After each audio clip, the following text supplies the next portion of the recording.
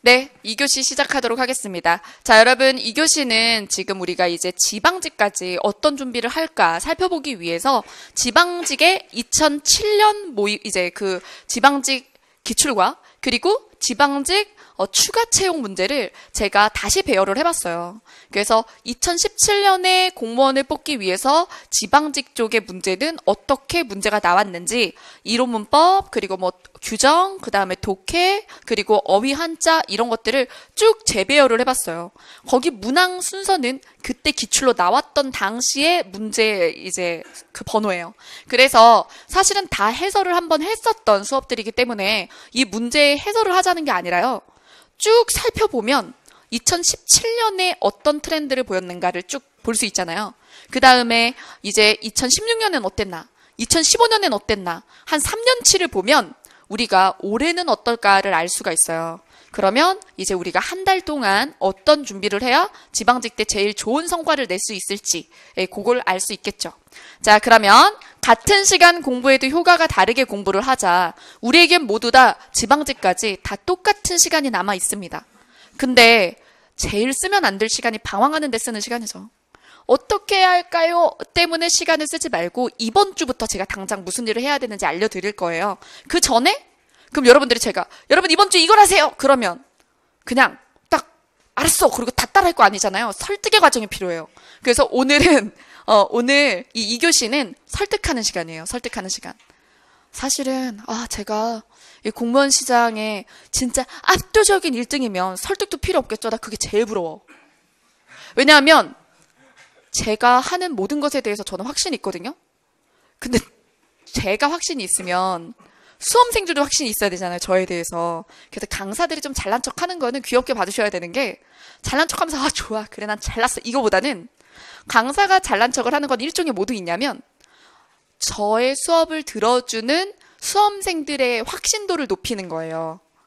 잘난 척을 하면서 쾌감을 느낀다기보다는 그래서 방황을 덜하게 해주는 거죠.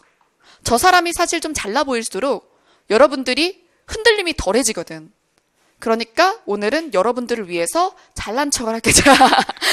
그러니까 좀 이제 저랑 같이 하면 어떻게 될 거고 그래서 잘 볼 거예요 라고 해서 여러분들의 제 잘난 척이고 여러분들에 대한 자기암시니까 그래서 오늘은 약간 울렁거려야 돼. 조금 참고 그쵸? 들어주시기 바랍니다. 자, 같은 시간 공부해도 효과가 다르게 핵심은 두 가지예요. 뭐냐 하면 하나는 누구를 듣느냐보다는요. 누구를 듣냐보다는 결국엔 그래서 저를 들으라는 얘기가 되겠지만 누구를 듣느냐가 왜 중요하냐의 기본은 여러분들이 국어의 전문가는 아니기 때문에 공부하는 순서의 설계가 잘 되지 않기 때문이에요. 그러니까 사실 제가 마무리 특강을 할 때, 이론 마무리 특강은 국가직 전에 했지만 지방직이나 서울시에도 다 적용이 되는 거죠. 마무리 특강은. 그 마무리 특강 할 때 출제 포인트를 99개로 나눴어요. 99개로 출제 포인트를 나눈 다음에 뭐라고 그랬냐면 문법은 상세하게 쪼개지기 때문에 출제 포인트상 많은 번호를 가지고 있지만 독해가 가장 많이 나올 거다라고 얘기를 해드렸어요. 그러니까 출제 포인트상 60번까지 문법이 점유를 해도 그래도 유형별로 나간 뒤에 포인트가 문항 개수는 많을 거라고 생각을 하셔야 되고 그러면 그렇게 99포인트로 나눈 것만이 중요한 게 아니라 그것을 모의고사를 활용하고 기본서를 활용해서 한 달 동안 어떻게 공부를 해야 되냐는 거죠. 그래서 저는 쭉 봤는데 모의고사들이 랜덤하게 내미는 것이 미덕이라고 생각을 하잖아요. 모의고사라는 거는 막 출제될 만한 것들을 쉐킷쉐킷해서 팍 이렇게 놓잖아. 그쵸? 그래서 예를 들어 한강사의 모의고사를 봐도 어떤 회차에는 막 독해가 많이 나왔다가 어떤 회차에는 독해가 막 조금 나왔다가 그죠? 혹은 아니면 문제의 독해 개수는 비슷하게 맞아도 쉬웠다가 어려웠다가 막 이러거나 그리고 문법에서도 이론 문법이 막 몰려 나왔다가 규정이 막 나왔다가 이런 모의고사들이 있어요. 그거는 제가 뭐 딱 집어서 얘기 안 해도 그건 좋은 모의고사가 아니에요. 하나의 모의고사를 풀어도 거기 있는 예시들에서 자 빈출의 예시들과 그리고 조금 변칙적인 순발력을 요구하는 선지가 섞여 있어야 되고 그 다음에 골고루 이론 문법, 규정, 어휘 한자 그리고 독해가 문항 개수가 균형이 있어야 돼요. 그러면 그 균형은 뭐가 정하는 거냐면 기출이 정하는 거죠. 강사가 마음대로 정하는 건 아니죠. 그래서 저는 국가직 때는 문항 배분을 어떻게 했었냐면요. 다 똑같아요. 여러분들은 제 모의고사, 국가직 모의고사 본 분들은 목차가 있었던 걸 아실 거예요. 제가 워크북에 그 주에 나갔던 2개의 모의고사에 대한 목차를 다 넣어놨어요. 그리고 그 목차에 보면 몇 문제씩 나왔는지도 볼 수 있고 어느 단원인지도 제시가 되어 있었거든요. 그래서 저는 문제를 어떻게 냈냐면 이론 문법은 주로 4문제 정도, 규정은 2문제 정도 냈고요. 자, 그래서 이론 문법과 규정에서 6문제 정도를 냈어요.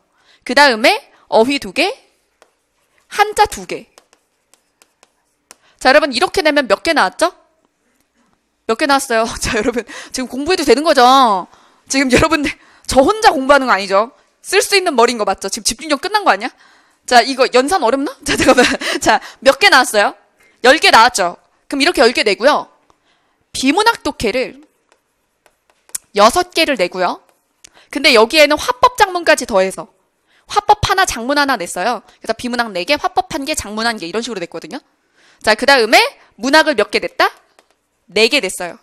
그래서 운문 2개, 산문 2개. 이래서 고전도 고전 운문 하나, 고전 산문 하나, 현대 운문 하나, 현대 산문 하나 이렇게 됐어요. 자, 여러분 이렇게 냈고 그리고 지금 그럼 독해가 몇 개? 10개죠. 이번에 국가직 때 독해가 12개 나왔어요. 그렇죠? 근데 그렇다고 제가 지방직 때 모의고사를 12개씩 내진 않을 거예요.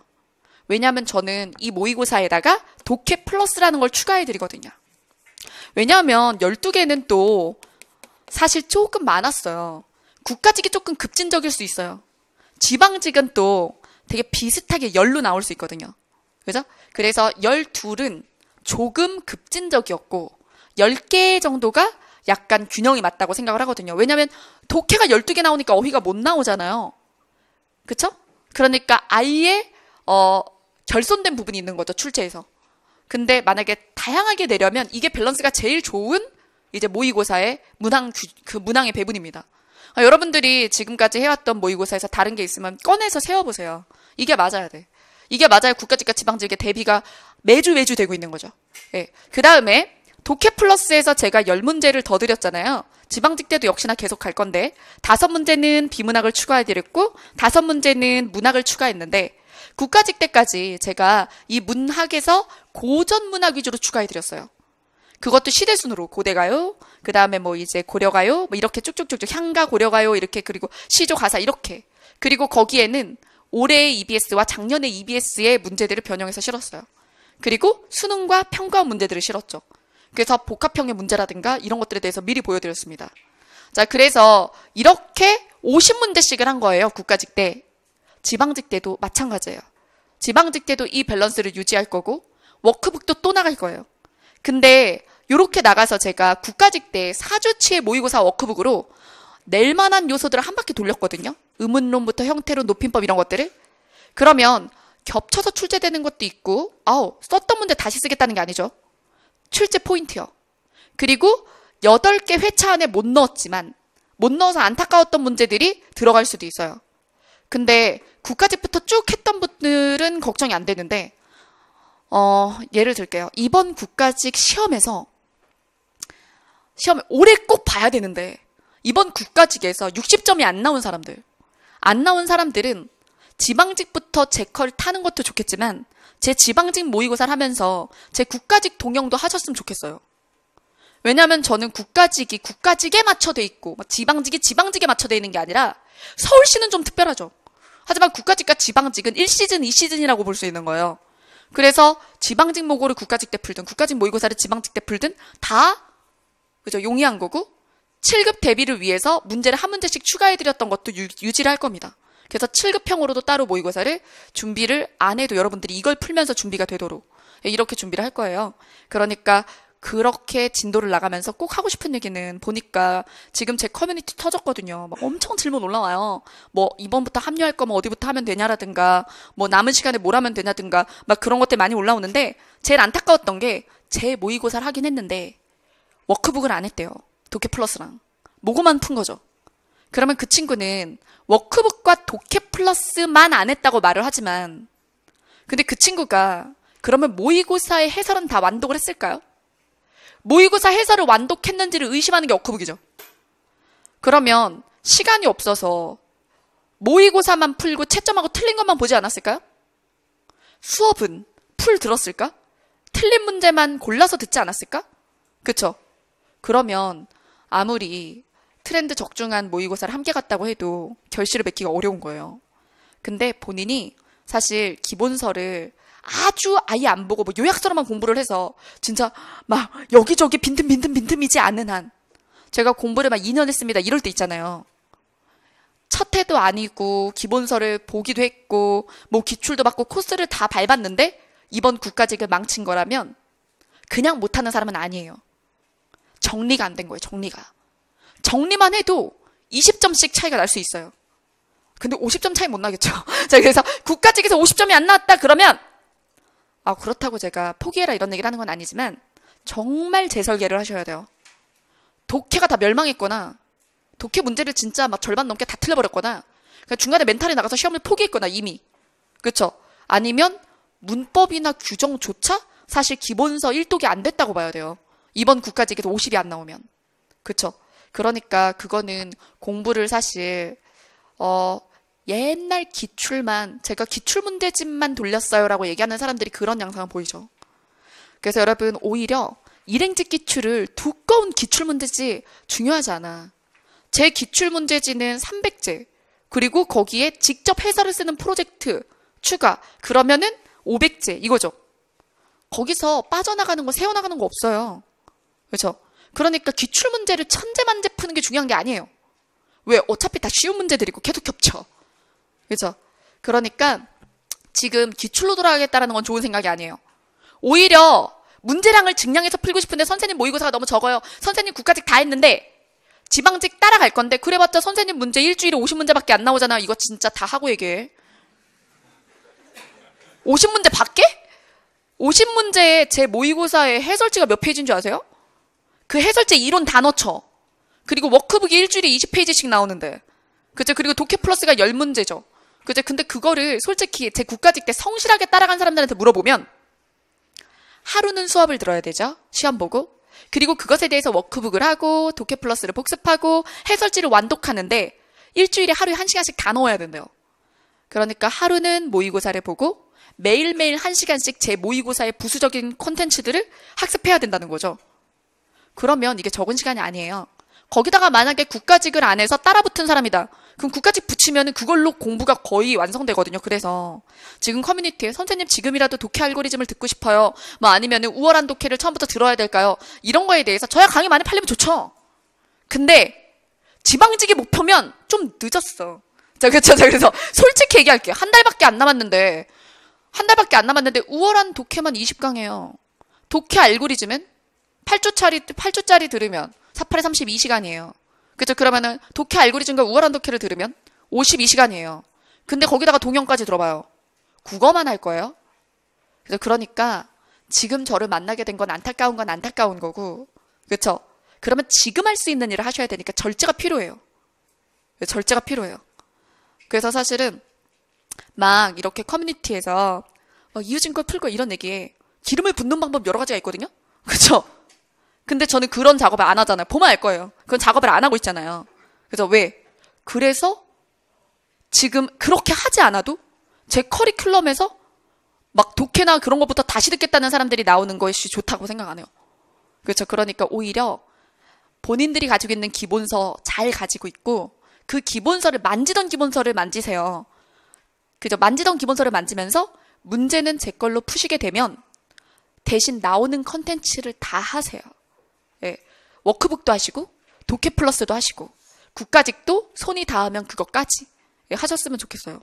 그 다음에 자, 지방직이 그러면 국가직과 어떻게 다르냐 얘기하는 거는 큰 의미가 없다고 생각해요. 왜냐하면 요러한 걸 봐도 국가직과 큰 차이가 없거든요. 뭐 몇몇 시험지를 가지고 국가직보다 문학이 더 나온다 라고 얘기할 수도 있겠지만 그게 일정하지 않았거든요. 자, 그렇기 때문에 무조건, 그러면은 지방직은 막 문학이 중요해. 이렇게 볼 수는 없어요. 그러니까 비문학과 문학은 거의 비슷한 비율이다 생각하고 가시면 돼요. 근데 제가 모의고사에서 이제 비문학을 6개 내고 문학을 4개 내는 건 그 이유는 화법 작문 쪽까지 붙어서 그런 거죠. 비문학 독해. 그리고 또 비문학 독해에 독해 지문과 엮어서 한자를 낼 때도 많거든요. 예. 그래서 그런 거지, 비문학과 문학은 그냥 중요도상 비슷하다라고 생각하고 가면 될 것 같아요. 자, 그럼 보겠습니다.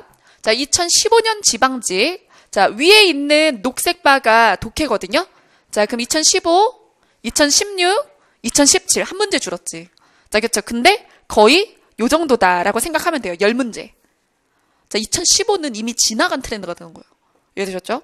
자, 그 다음에, 그리고 문법 규정. 문법 규정 줄었죠. 그 다음에 어휘랑 한자를 합쳐서 문법 규정과 비슷해지고 있어요. 그래서 제가 문제 낼 때도 문법과 규정을 6개 내고 어휘 한자를 4개 냈죠. 그쵸? 근데 왜 5개 안 내세요? 라고 한다면 사실 모의고사 때 그때 가서 몇 문제 가지고 어휘 한자가 쉽지 않기 때문이죠. 커버가. 선지 4개인데 모의고사 안에 있는 걸로 적중시킨다는 건 그냥 적중 못 시키겠다는 건 아니고요. 남들만큼의 적중이 나오겠죠. 근데 그 어휘나 한자 문제 비율을 너무 높인 모의고사는 여러분들한테 실익이 없어요.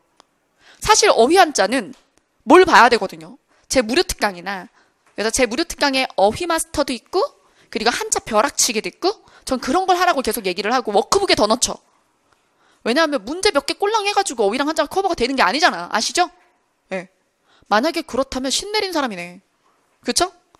그러니까 저는 어휘랑 한자를 적중 막 이렇게 하는 거는 본인도 나올 줄 몰라. 오우씨 나왔어 이런 거죠. 그죠? 그런데 그거 가지고 적중했다라고 이렇게 하는 거는 오히려 수험생들을 불안하게 하는 거예요. 그래서 불안하게. 그러면은 어떤 책이 그러면 어휘랑 한자랑 나오는 게 들어있어? 그럼 여러분 딱 3권만 펼쳐놓고 보셔도 다 중복인 거 아실 수 있어요. 뭐 사람마다 엄청나게 다른 컨텐츠를 실겠어요? 그죠? 어휘랑 한자가 다 겹치지? 왜? 서로 볼 수 있는데? 그쵸? 자, 그러니까 경향의 적중을 추구하셔야지 지엽적으로 그 단어가 나왔어. 어문 규정은 적중을 못하면 바보고. 그래서 강사들이 문법, 규정, 어휘 한자의 적중을 자랑하는 것은 그건 부끄러운 거예요. 제가 생각했을 땐. 자, 그 다음 당연히 적중이니까. 문법과 규정은 범위 내에서 나오는 건데? 그쵸? 그 다음 자, 그러면 제가 올해의 지방직에 대해서 예측을 해볼게요. 그러면 쟤 저러다가 맛감 어쩌려고 맛이 갈 수가 없어요. 여기서 한두 문제 차이일 거거든요. 자, 그러면 2007년 지방직하고 그리고 추가 채용을 봤을 때 어떻게 나왔냐면 이론 문법은 3.5문항, 어문 규정 2문항. 제가 모의고사에 몇 개 내고 있다 그랬어요? 6개. 6개예요. 자, 문법과 규정을 이보다 줄이기도 쉽지가 않아요. 이번에 국가직 때는 이보다 줄인 거야. 그쵸? 이보다 줄이려고 해서 5개 뭐 이렇게 되는 거거든요. 그래봤자 뭐 그렇다고 문법 규정이 2개 나오거나 3개 나올 수는 없어요.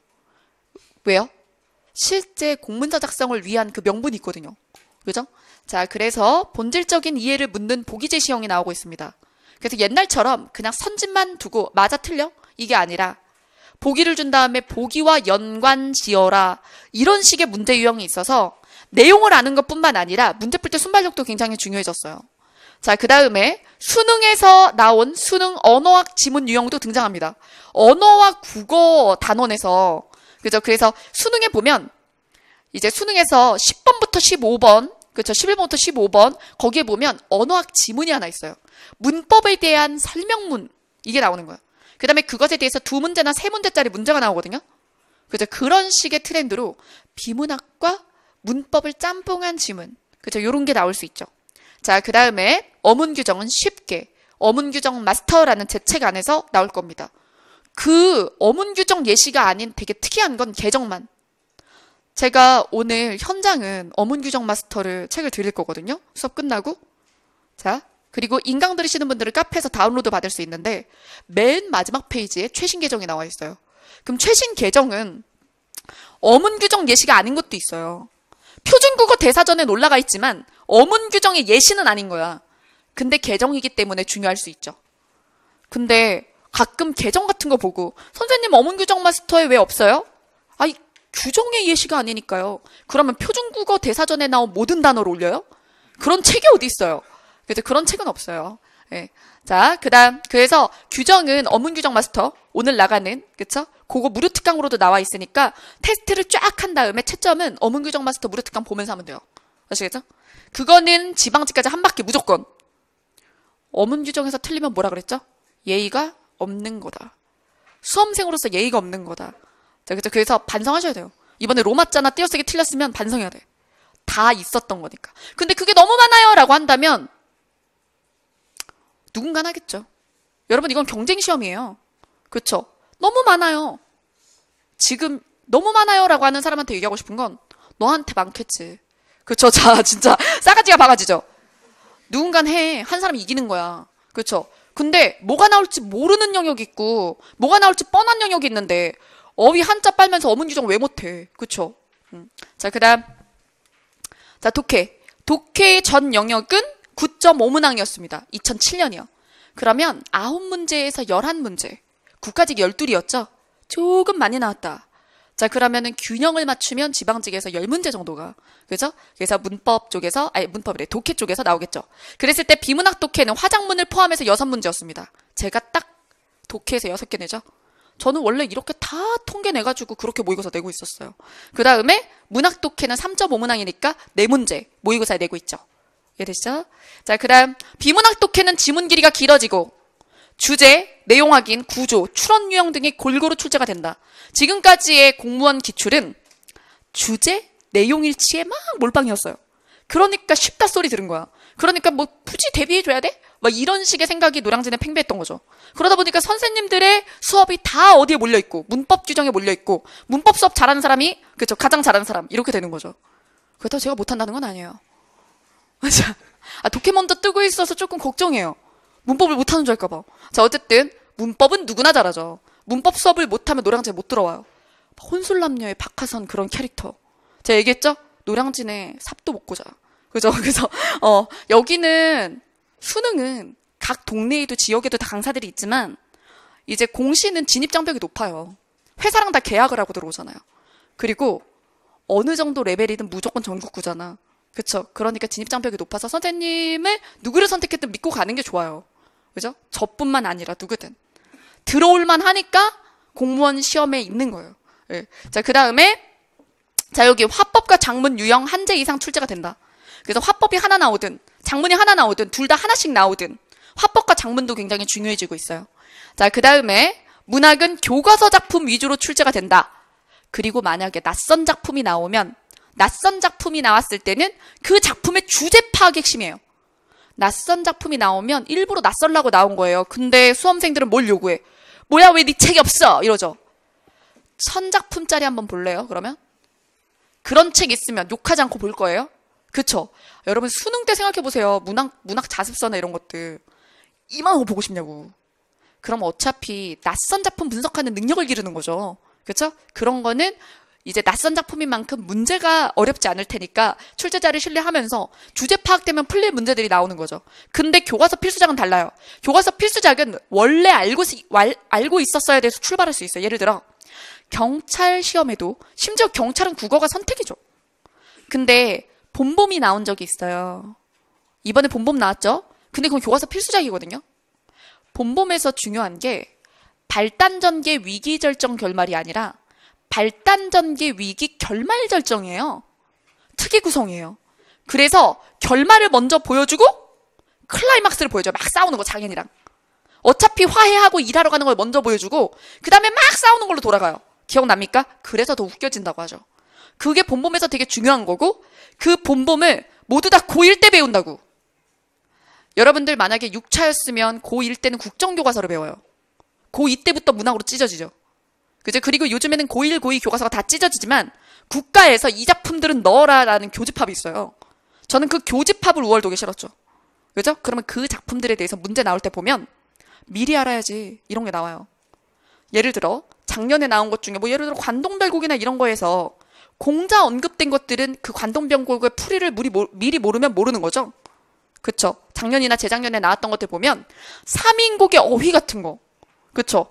이런 것들 미리 모르면 모르는 거예요. 그래서 제가 필수작은 또 이제 우월한 독해를 듣지 않더라도 고전 가사만 따로 볼 수 있게 필수 가사라고 해서 무료 특강에 고전 지문과 고전 문법에다 넣어놨어요. 그래서. 근데 거기서 어휘 같은 거 나왔죠. 그죠? 그리고 지금 국가직 모의고사 들었던 사람들은 알겠지만 내가 이거 모르면 무료 특강 이거 들어야 돼, 이거 들어야 돼라고 얘기했던 것들 있죠. 그런 것들 중요한 거죠. 자, 그다음 산문보다 운문 출제가 우세하다. 근데 사실 이거요. 저는 요거는 지금까지 그랬지만 이번에 구운몽 보면서 이제 일행직에서도 복합 출제 하기로 한 거예요. 맞죠? 그러면 여러분 이번에는 특이한 유형이 한 지문당 문제 2개였다고 해봐요. 그럼 지문이 2개가 안 나와도 되죠? 원래 한 지문당 한 지문이었잖아요. 그쵸? 근데 2문제를 한 지문으로 커버할 수 있으면 지문을 2문항에 썼었던 텍스트량을 하나로 뭉칠 수 있죠. 그러면 지문이 2배짜리 길이가 나와도 된다는 얘기잖아요. 그러면 산문을 낼 수가 있죠.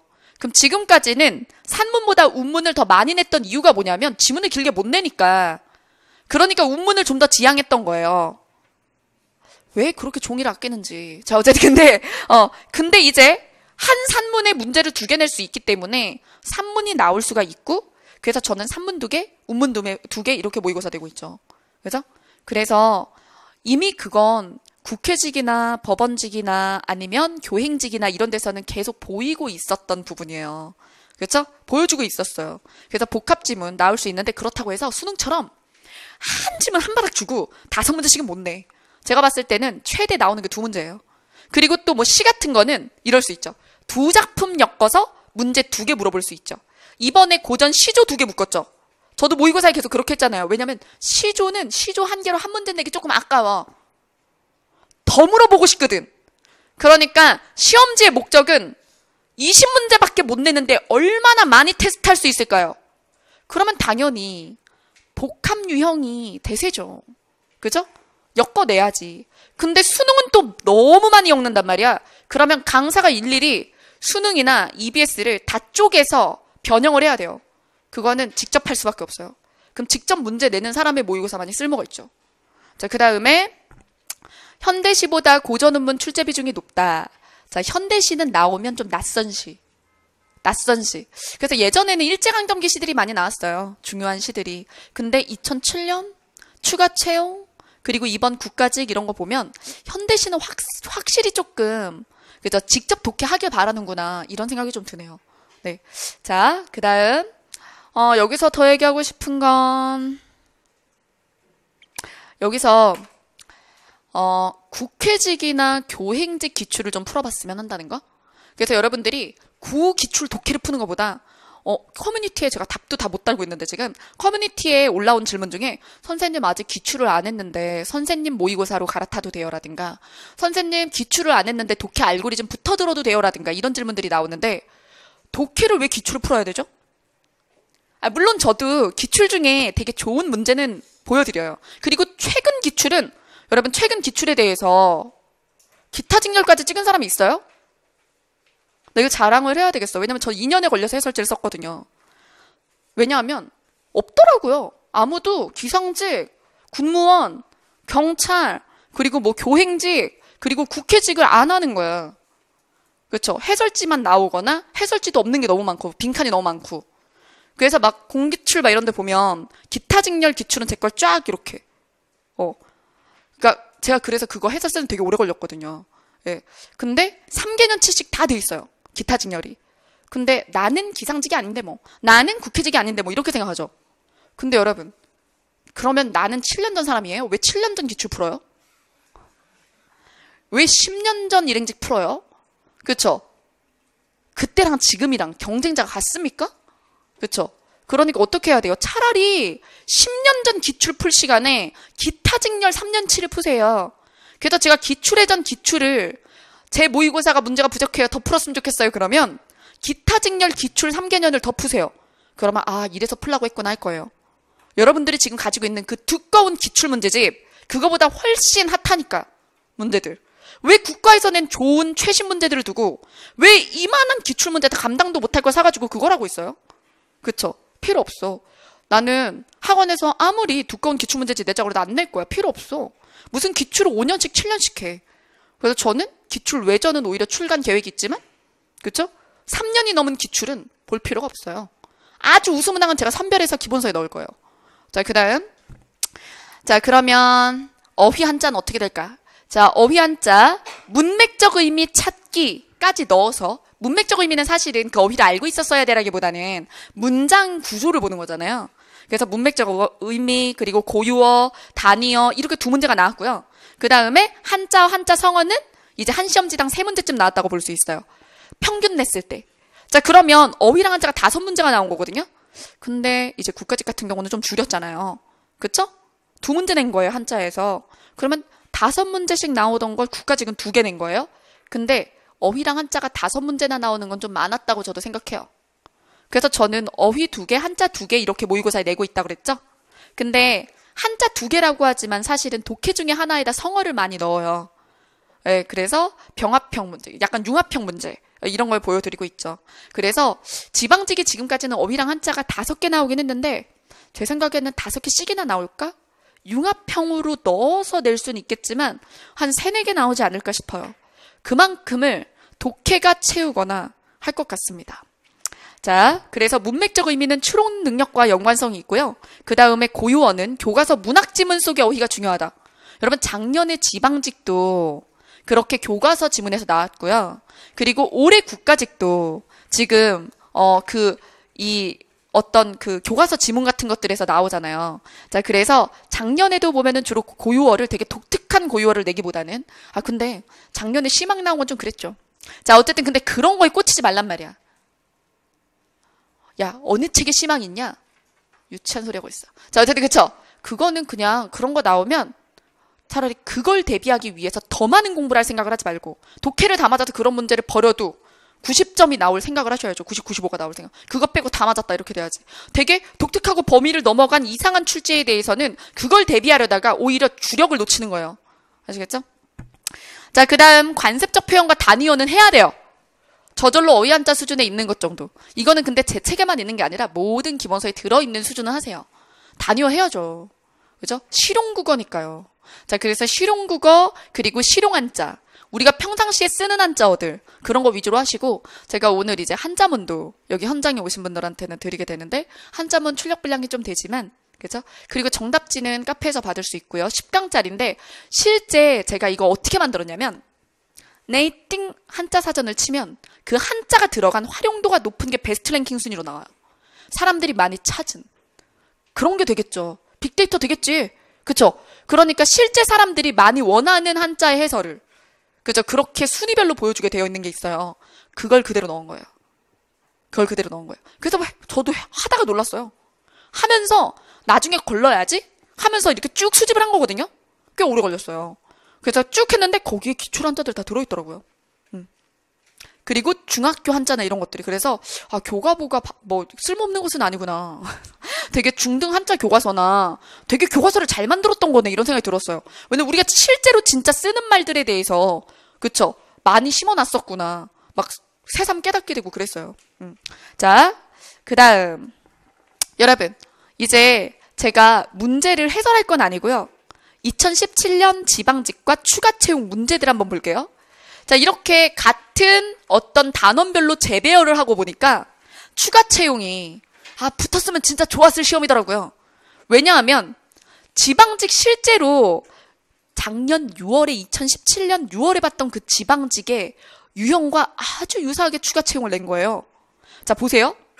자, 14번에 여기 보면은 지금 품사죠. 자, 여러분 발문만 쭉쭉 보면서 갈게요. 품사 동그라미. 형태론 품사 나왔죠? 그래서 동사, 형용사 구별법을 냈어요. 자, 그 다음에 여기 보면 명사형 전성어미냐 명사냐 또 품사죠. 자, 그 다음에 19번을 보면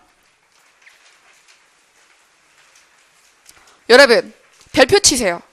이게 나름 신유형이라고 볼 수 있을 텐데 이게 수능 언어학 지문 유형이에요. 비문학인 줄 알았죠?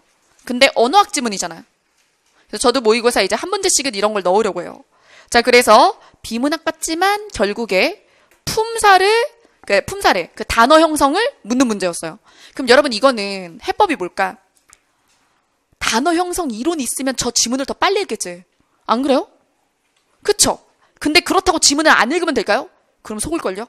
속을 거야. 왜냐하면 심지어 요즘에 EBS나 수능에는 어떤 것도 나오냐면 주류 이론과 비주류 이론에 대한 얘기도 나와요. 올해 2018년 수특엔 문법에 어떤 지문이 있냐면요. 지문, 언어학 지문에 것 명사절을 인정할 것인가 라는 논란에 대해 나와요. 그러면 사실 예전에는 그냥 무조건 이제 것이 명사절이야 라고 했던 6차를 지나서 7차에는 그거를 그냥 회피했단 말이야. 빼버렸어. 그러니까 그 뒤로는 이제 공무원 쪽 강사나 수능 쪽 강사도 것 앞에 있는 관형절을 중시해서 관형절로 그냥 봐. 저도 그렇게 수업을 했어요. 근데 올해부터는 제가 이번에 지방직 할 때 그 지문 넣어드릴 거예요. 자, 어차피 EBS 변형은 단어 교체하면 되는 거니까. 자, 그쵸? 제가 그거 했던 사람이잖아요? 제가 EBS 검토진이었는데 EBS 변형 문제를 출판사들이 너무 팔아가지고 그죠? 그 뒤로 계속 못했어요. 자, 그거 뭐라 그러지? 제명당한 거지? 진짜 어쨌든 EBS로 콘텐츠를 너무 양산해서 사교육 기업에 팔아가지고 그죠?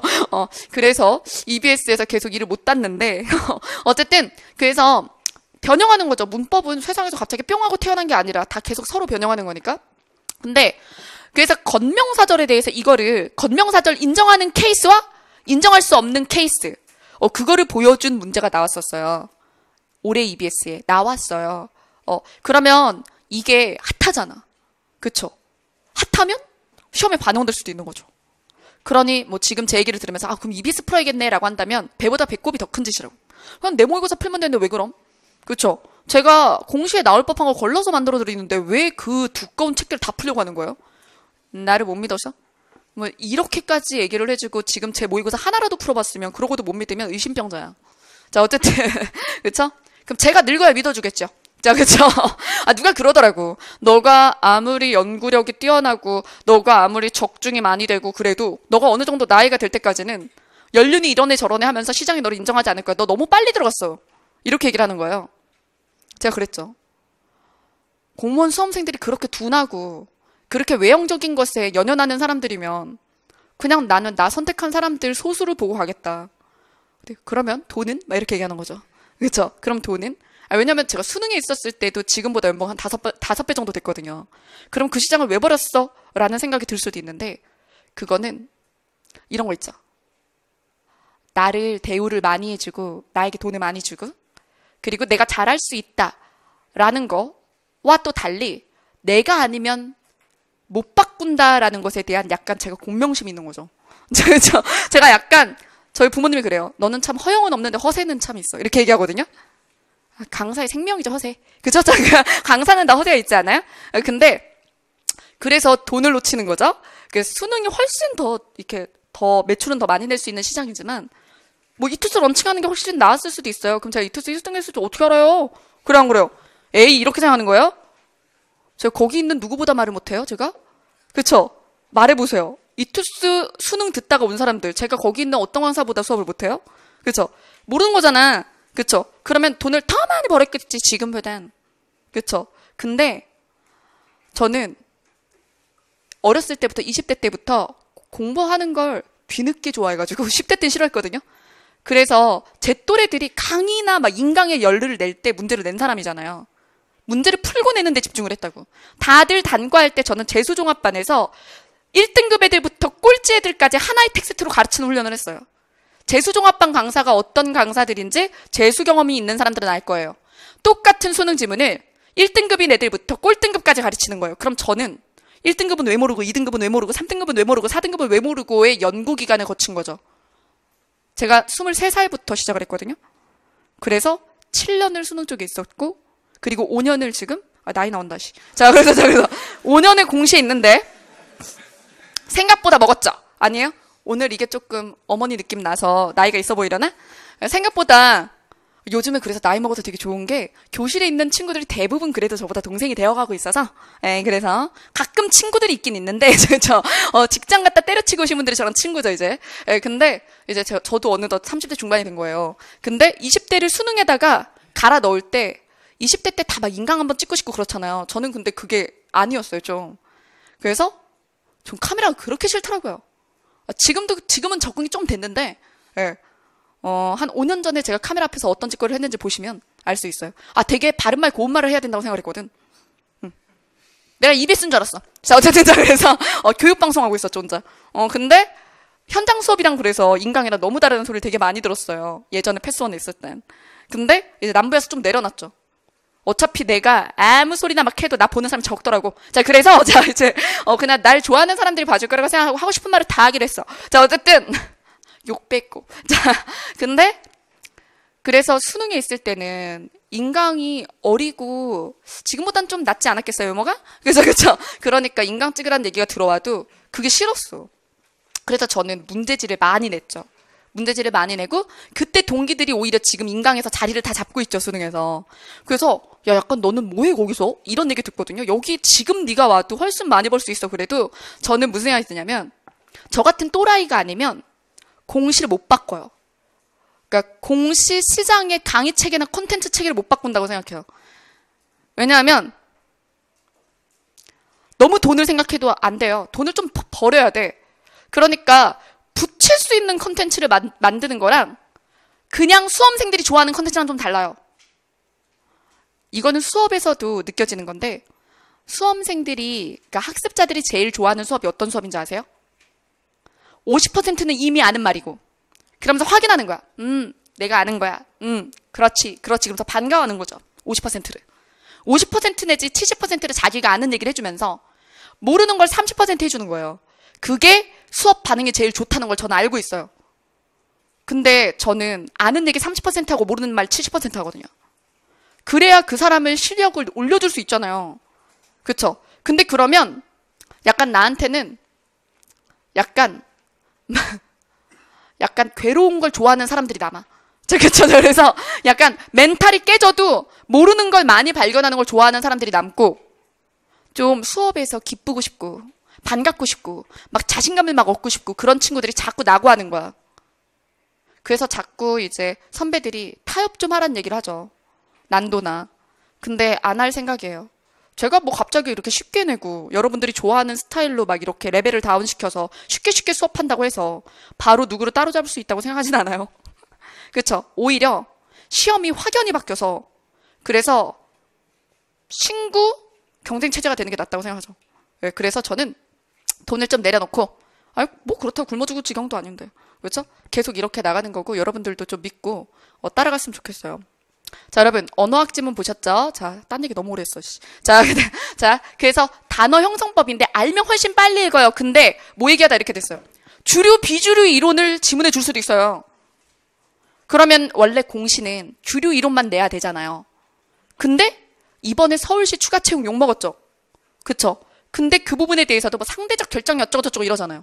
그럼 얼마든지 그런 식으로 비문학 지문에서 이렇게 보는 관점과 저렇게 보는 관점이 있다 이런 식으로 낼 수가 있다고. 그 부분에 대해서 대응을 좀 해드리도록 하겠습니다. 모의고사에서. EBS에 나온 선에서. 자, 그 다음에 19번.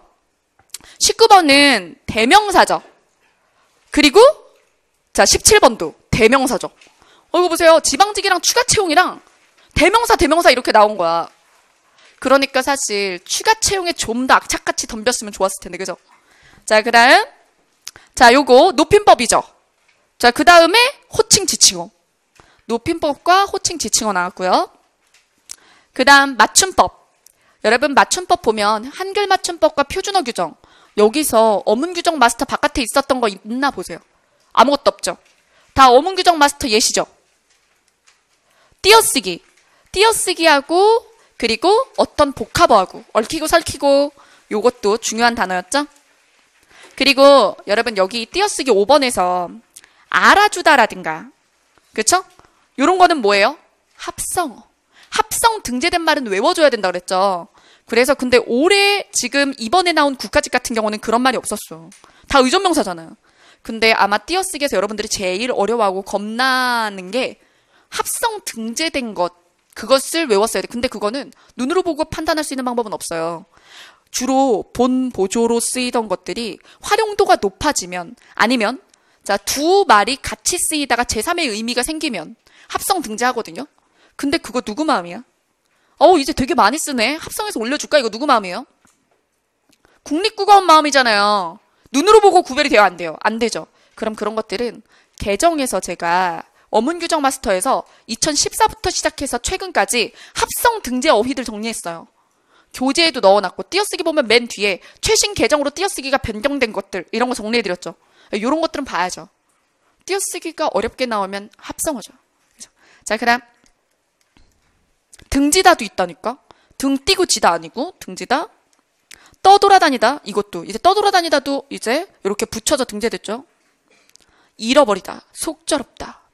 자, 그다음 외래어표기법. 외래어표기법에 있는 단어들. 자, 요것도 어문규정 마스터 밖에서 하나도 없죠? 다 들어갔던 단어. 자, 이거 맞춤법. 그다음 독해 부분은 자, 여러분. 독해 부분에서 9번하고 그 다음 지문 보세요. 3번하고 둘 다 뭐에 대한 지문이야? 칸트. 아, 이거 이 정도는 너무 심한 거 아니야 싶은데 문제 유형이 다르죠. 문제 유형이 다르면 사실 소재만 같을 뿐. 그래서 무슨 생각 들었냐면 원전이 한 지문인 거지. 그래서 이 한 지문 가지고 유형만 바꿔가지고 두 개 냈다는 생각이 드네요. 자, 그래서 이때 이 9번 문제 많이 틀렸던 문제예요. 수험생들이. 자, 그래서 9번 별표. 9번이 비문학 같아요? 문학 같아요? 아, 나한테 들었던 사람들은 반칙이고 대답하지 말고. 자, 문제만 보고 얘기하면. 비문학 같잖아요. 발문만 보면.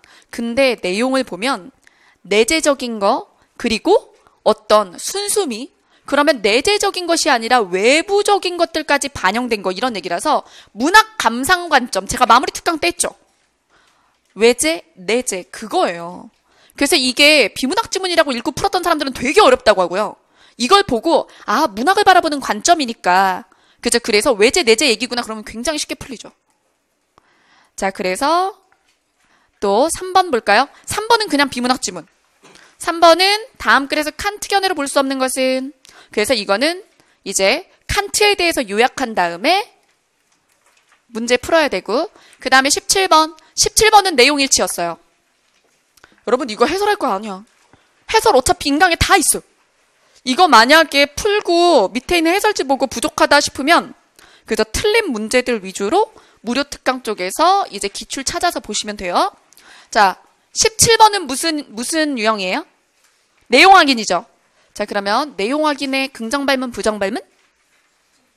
답을 찾을 수 없는 이잖아요. 그러면 하나 빼고 답이 다 있단 얘기죠.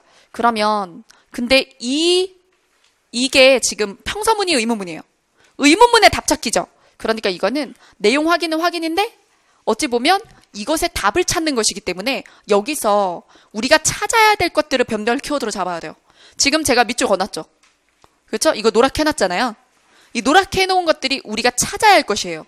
그러면 이거를 이 긴 지문을 과학기술 지문 이런 것들을 지문을 다 읽고 얘를 보고 거꾸로 다시 찾는 사람과 선지를 보고 뭘 찾아야 될지 알고 들어가는 사람과 속도차가 나요 안 나요? 당연히 나죠. 그리고 마음의 안정감. 내가 뭘 찾아야 된다라는 목적의식이 있으면 아무 생각 없이 찾게 되거든. 근데 이렇게 선지를 이런 유형에서 선지를 먼저 안 보고 지문을 읽고 있으면 읽으면서 이런 생각이 들어요. 잡생각이 들어. 개 길다. 나는 지금 잊어버리고 있다. 한 문장 읽고 한 문장이 나가고 있어. 왜 이렇게 모르는 말이 많아. 막 이렇게 되거든. 그러면 막 불안하죠? 그러면서 읽으면서 멘탈 나가는 거야. 예. 자, 그래서 목적을 가지고 있다면 불안하지 않아요. 여러분, 수험생의 불안감은 무엇을 해야 될지 모르는 거 있어요. 오히려 그래서 저는 엄청 바쁘게 할 걸 주는 스타일이죠. 모의고사 기간이 진짜 불안감이 심한 기간이잖아요. 그래서 제가 워크북을 만드는 거예요. 그쵸? 쉴 시간이 없어야 돼. 고민할 시간이 없어야지. 근데 고민할 시간도 없으면서 어떻게든 시간을 내서 고민을 하는 사람들이 있어. 여러분, 생각은 하는 거예요? 나는 거예요? 둘 다 말은 가능하죠. 생각은 한다. 생각이 나다. 둘 다 문법적으로 가능한 말이지만 여러분 기본적으로 선생님 자꾸 불안한 생각이 나요. 그걸 누가 구해줘요? 그쵸? 제가 예전에 재수종합반에서 담임할 때 저희 담임반에 3아웃제가 있었어요. 3아웃제가 뭐냐면 저는 좋은 선생은 아니에요. 저는 제가 교생 실습까지 교직이수해서 저는 교사 자격증도 있어요. 국어랑 역사랑 2개가 있어요. 자, 어쨌든 근데 교생 나갔을 때 저는 딱 선생님이 아닌 걸 알았어요. 나는 이 사람의 인생의 목적에 맞춰서 정보를 아주 잘 제공하고 싶은 사람이지. 아주 프로페셔널하게. 그렇지? 가장 효과적으로. 그렇게 해서 지원해주고 싶은 사람이지. 어떻게 살아야 하는가나. 왜 공부를 해야 하는가나. 이런 질문에 대해 인내심이 없구나. 이해되시죠? 그러니까 인성교육에 대해서 자신이 없는 거예요. 그래서 전 교생 나갔을 때 딱 알았어요. 그래서 학원으로 바로 빠졌죠. 제가 23살부터 학원 나갔다 그랬잖아요. 저는 저 같은 인간이 선생 되면 안 된다고 생각했어요. 예. 진짜로. 근데 선생이 되면 안 되는 사람들이 학교에 있기 때문에 서로가 불행해지는 경우가 정말 많았죠? 예. 저는 그래도 그에 대한 양심은 있어요. 직업에 대한 양심. 그래서 전 강사에 대해서는 양심이 있다고 생각하거든요. 예. 근데 그래서 쓰리아웃제가 뭐냐면 공부를 어떻게 해요라는 질문은 1000번을 해도 좋아요. 근데 공부를 왜 해야 돼요나 공부를 하면 될까요? 라는 질문은 쓰리아웃이 뭔지 아시겠죠? 2번까지 받아주고 3번째에는 정말 귀에서 피가 나게 될 거다. 귀에서 피가 나는 게 말을 많이 해서가 아니라 정말 독서를 해줄 거야. 어쩌면 내 독설 때문에 너가 살기 싫을 수도 있어. 그렇죠? 근데 저는 네가 뭔데 사람한테 그렇게 상처를 줘 이렇게 얘기할 수도 있는데 그쵸. 그래서 저희 엄마가 너 그러다가 너 칼 맞는 수가 있어. 뭐 이렇게 가끔 얘기하거든요. 그래서 말을 살살 해야겠다. 신뢰가 양쪽에 이 선생님이 이 얘기를 하는 게 나를 위해서다라는 신뢰가 쌓이기 전에는 그러지 말아야겠다라고 계속 생각을 하는데 제가 되게 열심히 살고 지금도 열심히 하고 있기 때문에 저는 제가 문제 다 내고 워크북에 빈칸도 제가 다 뚫어요. 예. 빈칸 위치마저도 비전문가한테 맡기거나 연구진들한테 맡기면 마음에 안 들게 나와요. 빈칸의 위치마저. 헷갈리는데 못 뚫어. 그렇죠? 그래서 약간 되게 덜렁거려 보이지만 약간 그런 부분에 대해서 수업이나 뭐 이런 컨텐츠에 결벽이 있거든요. 근데 저 프레임 결벽이 있어요. 그래서 제 조교들이 왁구성애자라고 그래요. 자, 그러니까 예를 들어 모의고사도 3페이지 안에 딱딱 뭐 이런 거 있잖아요. 텍스트량 조절 때문에도 그렇거든요. 윤문을 해서라도 줄여. 근데 그래서 저는 지금 여러분들이 수험생이잖아요. 여러분들만큼 열심히 하고 있다고 자신해요. 그래도 여러분들한테 심한 말 할 수 있어요. 내가 이렇게 하는데 왜 너는 안 해?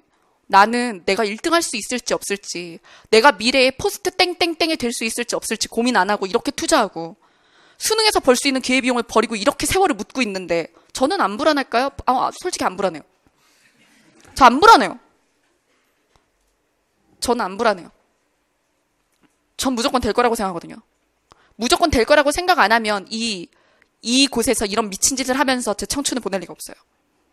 왜? 다른 곳에서 훨씬 더 쉽게 돈이 목표라면 벌 수 있는 데가 있는데. 그쵸? 자, 근데 저는 확신이 있거든.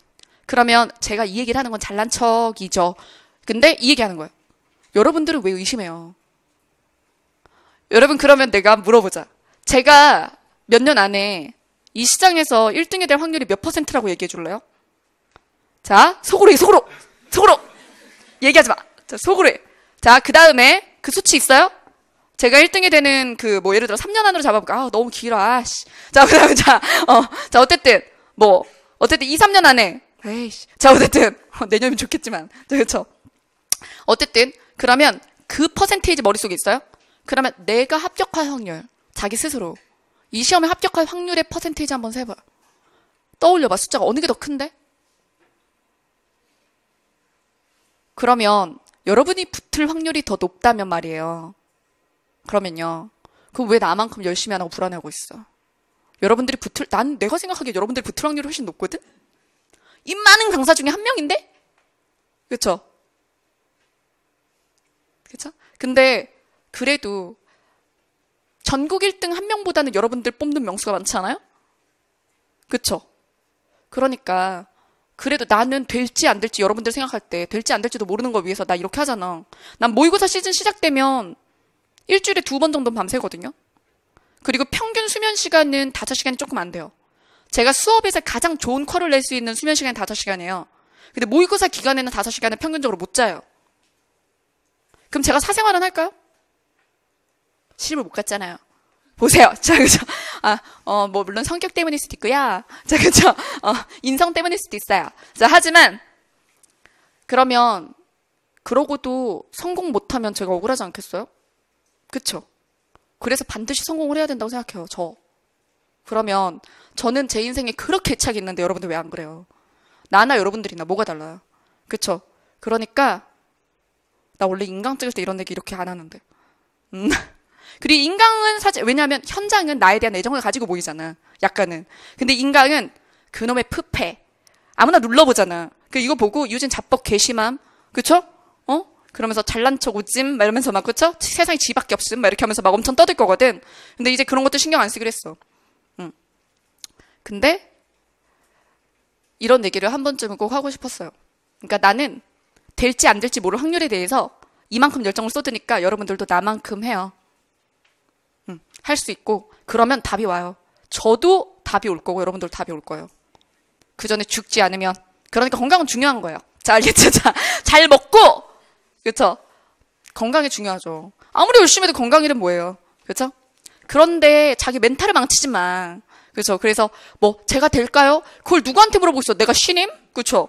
그래서 저는 그럴 때 사실은 될 거예요. 힘내세요. 이게 좋은 답변인 걸 알거든요.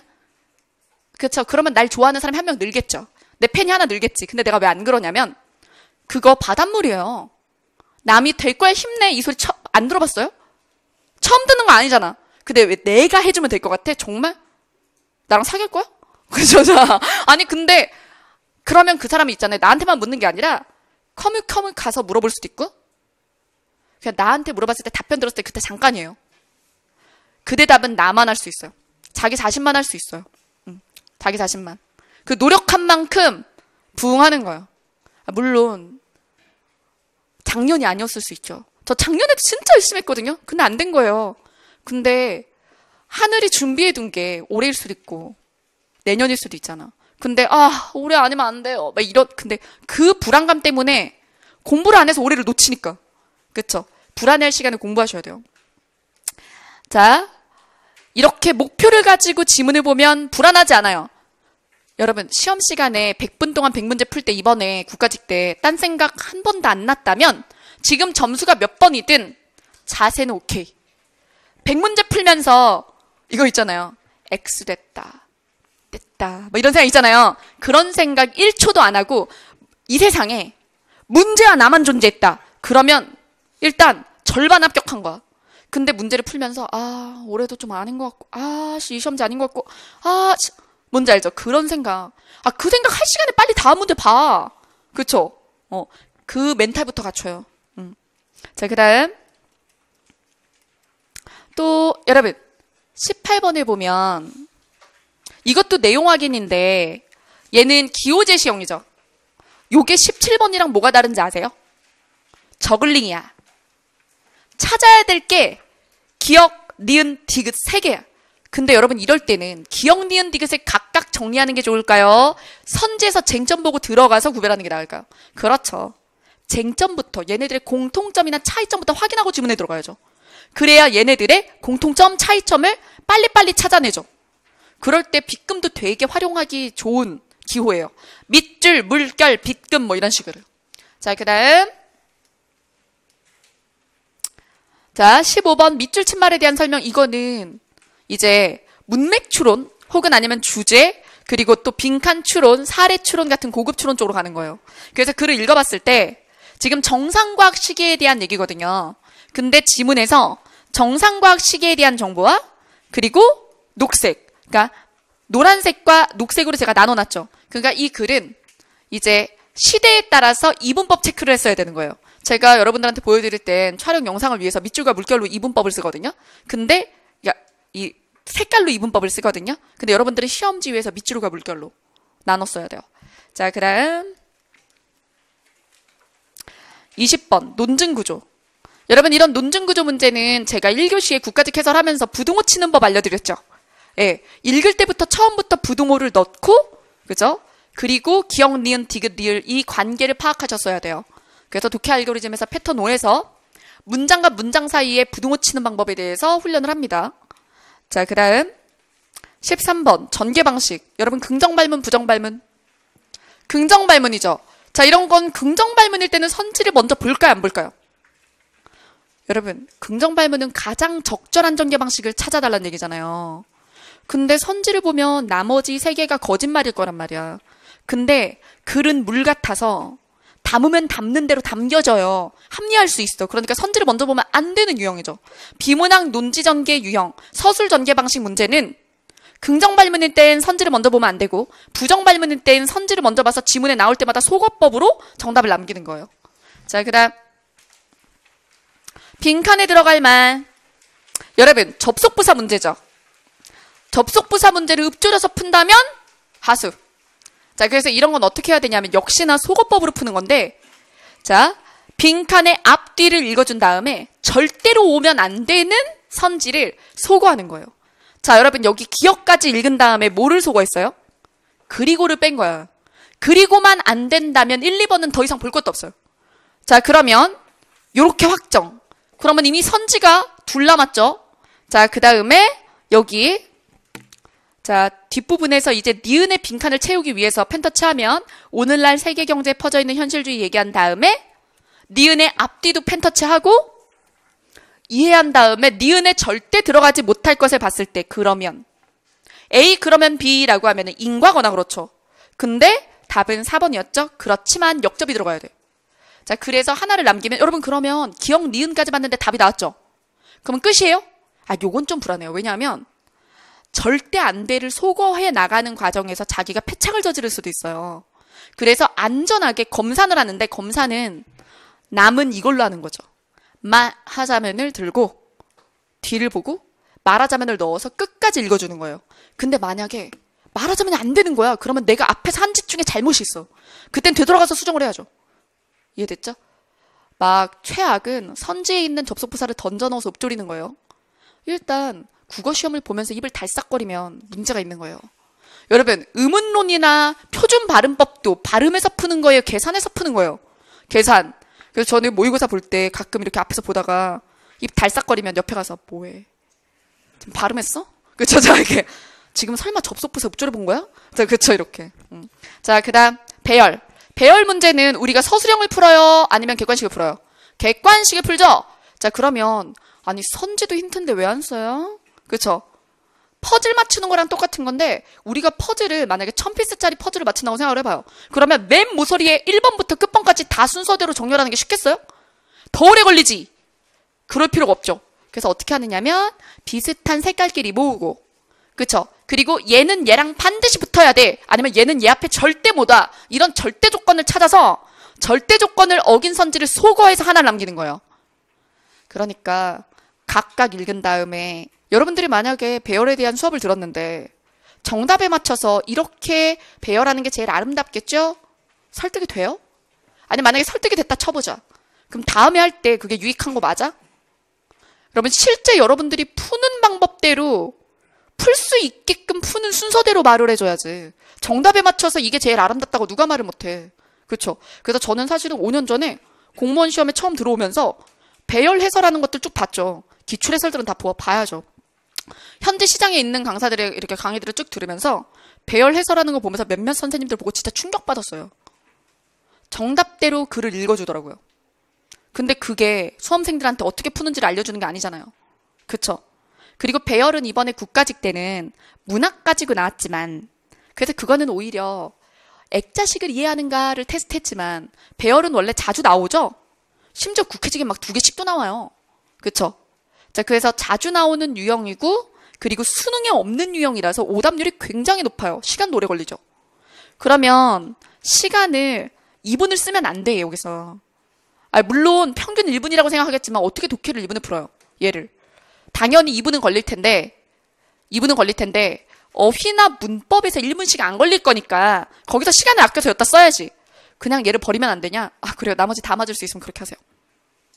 그렇죠? 아파? 미안. 자, 여러분 시험이 남았으니까 이렇게 세게 얘기하는 거예요. 그렇죠? 이 시험을 국가직으로 끝내고 나갈 사람들이 앉아있으면 이렇게 말하면 안 되죠. 그동안 수고하셨다고 해야죠. 그렇죠? 자, 그러니까 남았으니까 세게 얘기할수록 여러분들이 상처받았을수록 열심히 하겠지 라고 생각하고 오늘은 이에다 칼을 달았어. 알겠죠? 네. 자, 싸가지 없다고 막 소문이 막 엄청나겠구만. 자, 진짜 싸가지가 뭔데? 그쵸? 여러분들한테 도움이 되라고 하는 얘기인데 뭐 아니면 여러분들한테 막말해서 제가 쾌감이 있겠어요? 아, 상처를 줬어. 너무 좋아. 말하면서.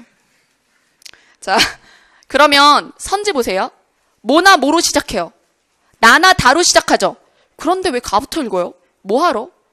그쵸? 물론 나다를 본다고 해서 항상 뭐로 시작할지 알게 되는 건 아닌데 알게 될 확률이 있어요. 근데 가부터 읽는 건 아무런 도움이 안 되잖아. 그쵸? 그러면 가부터 읽으면 이렇게 돼요. 가 읽고 가를 머릿속에 들고 짐이야. 그리고 나를 읽어야 되는 거야. 가 그대로 읽는 거 맞고? 상해. 머릿속에서. 뒤에 거 읽는 동안 미리 읽어두고 저장해둔 게 그대로 남아있지 않아요. 그럼 이따 다시 본다고. 최악은 선지대로 읽어보는 거예요. 4번을. 자, 그래서 어느 게 총점이 높나? 선지대로 4번을 읽어본 다음에 어느 게 가장 아름답나? 이렇게 생각한다는 건데 저장되는 거 맞고? 저장되냐고요? 안 되잖아요. 그쵸? 그 선지대로 읽어보는 게 최악이죠. 자, 그래서 나랑 다를 먼저 읽고 나 소유 펜터치. 그 다음에 다 이렇게 부자 만족 행복. 그래서 이따가 배열할 때 필요할 핵심 키워드, 접속 부사, 이그저 이런 재료들의 펜터치를 하면서 읽어놓는 거예요. 자, 그래서 소유에서 오는 행복은 낮은 차원, 성장과 창조 활동에서 얻는 행복은 고상한 것. 그러면 행복을 지금 차별적으로 이야기하고 있어요. 그 다음에 다 부자가 되어야 행복해진다고 생각하는 사람은 스스로 부자라고 만족할 때까지는 행복해지지 못한다. 자, 근데 이 중에 뭐가 먼저일지 여기서 확언할 수 있어요? 못해요. 아쉽게도. 근데 가끔은 돼요. 2개를 봤는데 둘 중에 하나가 접속부사로 시작하면 걔로 출발 못하죠? 그리고 2개가 같은 키워드를 가지고 있는데 좀 더 포괄적 키워드가 앞에 나오겠죠? 그러면 2개를 읽었을 때 머리가 정해지는 경우도 있고 아닌 경우도 있는데 아쉽게도 아니었어요. 그래도 이렇게 시작하는 게 훨씬 빨라요. 그 다음 그러나 뾰족가루. 사람들은 소유에서 오는 행복은 소중히 여기면서 창조와 성장에서 오는 행복을 모르고 사는 경우가 많다. 역접에 그러나가 있죠. 그러면 앞에 뭐가 나와야 돼요? 바람직한 거. 그러면 가와 다른 게 앞에 나왔었어야 되죠? 그러면 어떤 내용? 여기 나에 보면 성장과 창조적 활동에서 얻는 행동은 고상한 것이다 라는 얘기가 나오죠? 그러면 이 내용이 가와 역접하는 건 맞습니다. 근데 여기서 그렇다고 해서 무조건 가 앞에 나가 나오겠네 라고 얘기할 수 없는 건 나머지 조각에도 그와 비슷한 류의 얘기가 있을 수 있기 때문이에요. 자, 그 다음 하지만 뾰족가루. 최소한 경제적 여건에 자족하면서 정신적 창조와 인격적 성장을 꾀하는 사람은 얼마든지 차원 높은 행복을 노릴 수 있다. 자, 그러면 여러분 라는 하지만이죠. 그럼 부자랑 다르지 않아요? 그쵸? 역접하죠. 그러면 이것의 배열의 핵심은 그러나랑 하지만이었어요. 이 역접을 가지고 자 1번과 2번 자 이 절대 조건을 지키지 못한 것들을 지워냅니다. 자, 그러면 뭐로 출발하고 다로 출발하고 그죠? 자, 뒷부분의 정렬 마무리 해볼게요. 마의 위치. 자, 여기서 마 볼게요. 자기보다 더 큰 부자가 있다고 생각될 때는 여전히 불행에 사로잡히기 때문 부자가 행복하지 못한 이유죠. 자기보다 더 부자가 있으면 슬프기 때문이래. 그러면 다랑 마는 어때야 돼요? 찰싹 붙어야 되죠? 절대 조건이죠? 답은 3번. 이렇게 풀어야 돼요. 그래서 선지에서 좁혀나가서 끝을 내야죠. 그래야 지문을 여러 번 읽지 않습니다. 자, 그 다음 18번 개요 문제. 개요 문제 치고 쉽게 나왔어요. 왜냐하면 요즘에 2년 전부터 화법 작문 쪽에 들어오고 있거든요. 심지어 작년구까지 기는 자료 활용도 있었어요. 그래프. 그래서 PSAT에만 나왔던 자료 해석. 근데 PSAT화 된다는 얘기도 있잖아요. 7급부터 시작해서. 근데 그거는 조금 먼 문제고 3년 뒤 문제고. 근데 저는 요즘에 칼럼에 PSAT 칼럼 시작을 했는데 모르니까요. 그쵸? 자, 근데 수능 화법 작문과 더 비슷해요. 수능. PSAT보다는. 양쪽 다 본, 그러니까 3개의 시험을 다 본 저로서는 이제 수능 쪽의 화법 작문 쪽을 참고하는 게 훨씬, 그죠? 그리고 수능이 더 어려운 상태고 지금은 화법 작문이 살금살금 들어오고 있는 거예요. 화법 작문이 신유형이니까 공시치고는 어렵게 안 내. 근데 지금 2년 지났죠? 그럼 이번 지방직부터는 3년 차예요. 그럼 충분히 어려워져도 돼요. 그럼 개요 문제를 내면서 충분히 어렵게 낼 수 있다고. 그죠? 자, 개요 읽을 때는 위에서부터 아래로 읽는다. 아니면 개요 작성법에 따라 읽는다. 개요 작성법에 따라서 뭐부터 읽어요? 결론. 여러분, 어떤 글이든 주제부터 정하고 쓰죠. 결론, 그 다음에 서론, 그 다음에 본론에서 문제 해결 이런 식으로 위아래 맞춰가면서 그죠? 매칭해가면서 읽는 거예요. 그 다음에 12번 고쳐쓰기. 고쳐쓰기가 약간 비문학 쪽으로 장문 쪽으로 치우쳐서 나오는 경우가 있고요. 그리고 문법적으로 치우쳐 나오는 경우가 있는데 이번 국가직 고쳐쓰기는 문법적으로 조사와 어미를 물어봤고요. 예. 이거 같은 경우는 자 문법적인 게 커요? 아니면 비문학 독해 측면이 커요? 비문학 독해 장문. 그래서 접속 부사나 아니면 문장의 순서나, 그쵸? 요런 것들, 호응이나 요런 얘기를 했죠. 자, 그 다음, 화법. 15번에 화법 나왔습니다. 여러분, 화법에서 이거는 이제 공감하는 말하기라는 이론이에요. 그래서 대화의 경률도 시험에 이미 한번 나왔고, 공손성의 경률도 나왔고, 그리고 또 요거는 이제 교감, 공감의 원리. 공감의 원리에서 이제 적극적인 호응을 해주는 것과 소극적 호응을 나눠서 이론에 들어가 있거든요, 화법에. 그래서 그 부분에 대한 얘기였습니다. 자, 그래서 엄마, 모레가 시험인데 내일 꼭 치과 가야 하나요? 라고 이야기하는. 그럼 아이의 말에 대한 엄마의 반영하기는 공감하며 말해준 것은 너가 치료보다 시험에 더 집중하고 싶구나 였는데 수많은 수험생들이 뭘 골랐을까요? 1번. 야, 너 치과 가기 싫어서 그러지. 자, 여러분 이거는요. 진실일 수 있어요. 진실일 수 있는데 이거는 뭐 해준 말하긴 아니에요. 아이의 말을 반영해준 게 아니야. 아이의 의도를 추론한 거지. 그러니까 맞는 말 고르라는 게 아니에요. 그래서 고집이 센 사람들이 또 이렇게 빠르게 답안 결정을 하는 독해 쪽에 약하거든요. 이유가 뭐냐면 발문을 안 읽어. 아니면 발문을 읽어도 눈에 발라 그냥. 그래서 묻는 말이 뭐든지 자기 하고 싶은 말을 골라. 그 너무너무 큰 어떤 그 자기 성격을 교정해야 교정되는 부분이죠. 그래서 이제 제가 독해 문제 낼 때 변화구를 많이 던지잖아요.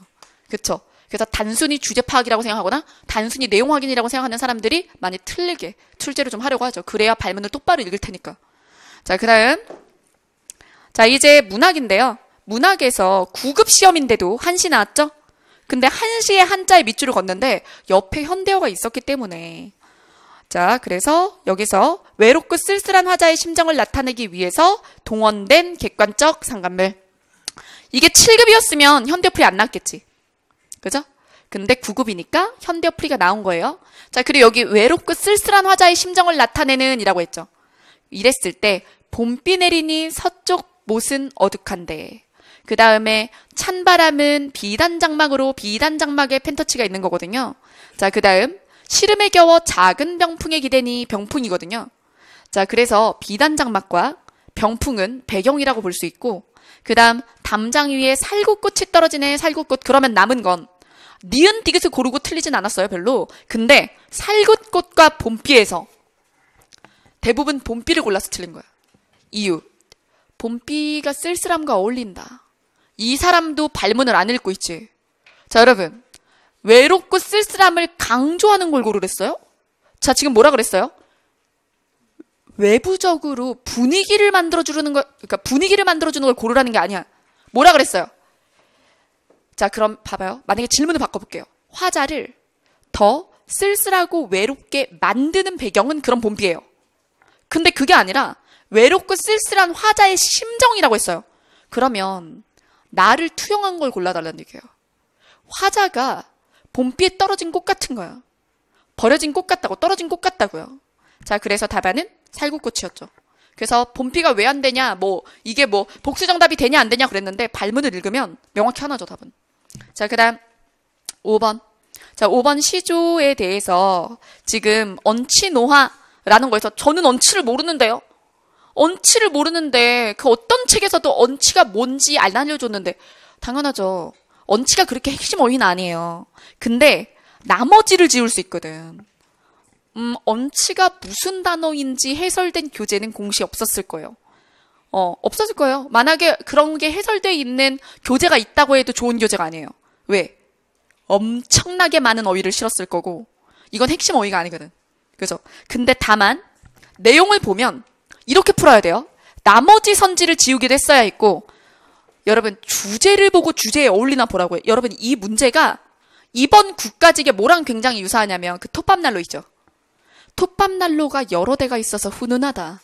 그 선지가 안 되는 이유가 뭐라 그랬어요? 훈훈하면 안 되는 상황이라니까? 훈훈하고 안 훈하고 따뜻하고 평온하면 안 돼. 그쵸? 자, 근데 이거 내용 보세요. 고개 넘어 성건농의 집에 술이 익었다는 말을 듣고 누워있는 소를 발로 차서 언치를 몰랐다 치자. 몰랐다고 해도 자, 누운 소를 발로 차. 눈에 보이잖아요. 이건 누운 소를 발로 차서 선생님 저는 이 쇼가 손지도 몰랐는데요. 그건 예의가 없는 거지. 그건 알아야지. 제가 고전 지문과 고전 문법이라는 무료 특강에 고전 시조 90개를 놓고 그 뒤에 고전 시조나 가사에서 자주 쓰는 100개 어휘를 놨어요. 그래서 거기에 있는 100개 어휘는 하라고 했는데 제 컨텐츠도 작은 컨텐츠가 아니에요. 근데 거기 있는 100개는 하셔야 낯선 고전 시가가 나와도 해설이 됩니다. 해석이 돼요. 근데 거기 언치는 없어요. 언치는 중요한 단어가 아니에요. 이 언치를 그럼 출제자가 언치는 알아야지 이랬을 것 같아요? 아니에요. 그게 아니라 상황상 소를 발로 까가지고 타고 가는데 그래 안 그래요? 얼마나 마음이 급해요. 그쵸? 아이야 너의 건농 계시냐? 내가 왔다 해라. 신났어 지금 수리고 때문에. 자 그러고 있는데 엄격한 격식을 갖추려고 할까요? 주제에 안 어울려요. 이렇게 풀어야지. 언치를 몰랐어? 너 이러면 안 되지.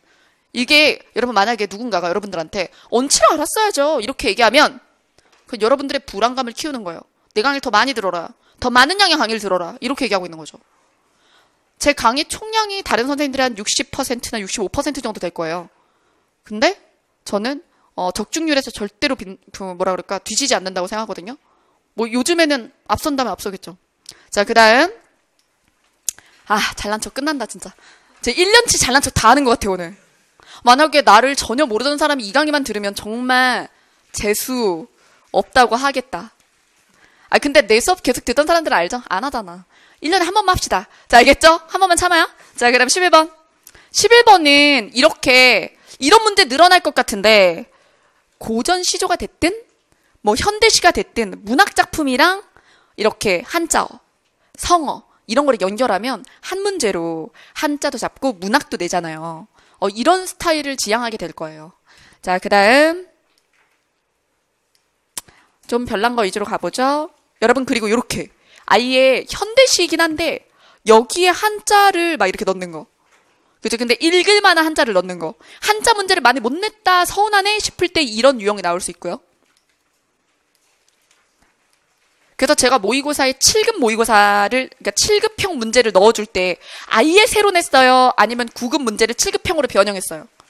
9급 문제를 7급형으로 변형한 걸 보여드렸죠. 그래서 뭐 예를 들어 한시를 9급에는 현대어풀이를 넣는다면 7급에서는 한시로 이런 식으로 내잖아요. 그리고 뭐 예를 들어 9급은 성어를 냈다면 7급은 문구로 이런 식으로 내죠. 자, 4번 다음 시에 대한 감상 뭐 이런 것들은 뭐 예전과 다르다고 보기 어렵고 어휘 한자. 자, 여러분 어휘 한자는 아까도 얘기했지만 기본서에 있는 거 충실히 하세요. 그리고 되게 지엽적인 거 대비하려다가 독해 놓치지 마시고. 아시겠죠? 자, 그러면 어휘 한자는 그냥 수록만 했습니다. 여러분들이 문제 보세요. 자, 이제 맨 뒷페이지 보세요.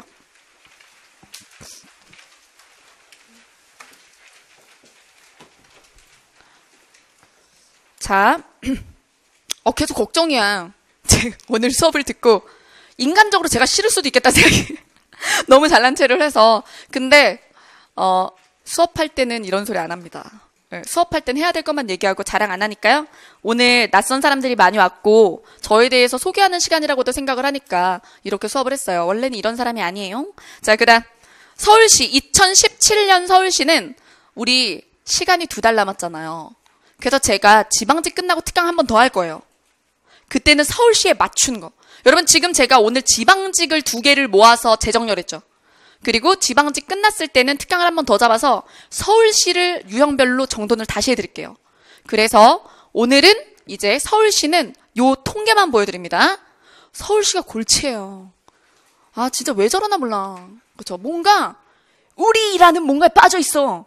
그쵸? 이따구로 낼 거면 평가원에 넘겼으면 좋겠어요. 네, 그쵸? 아니 그냥 다 공무원 시험 평가원으로 넘어가야 된다고 생각을 해요. 저는 교행직만이 아니라.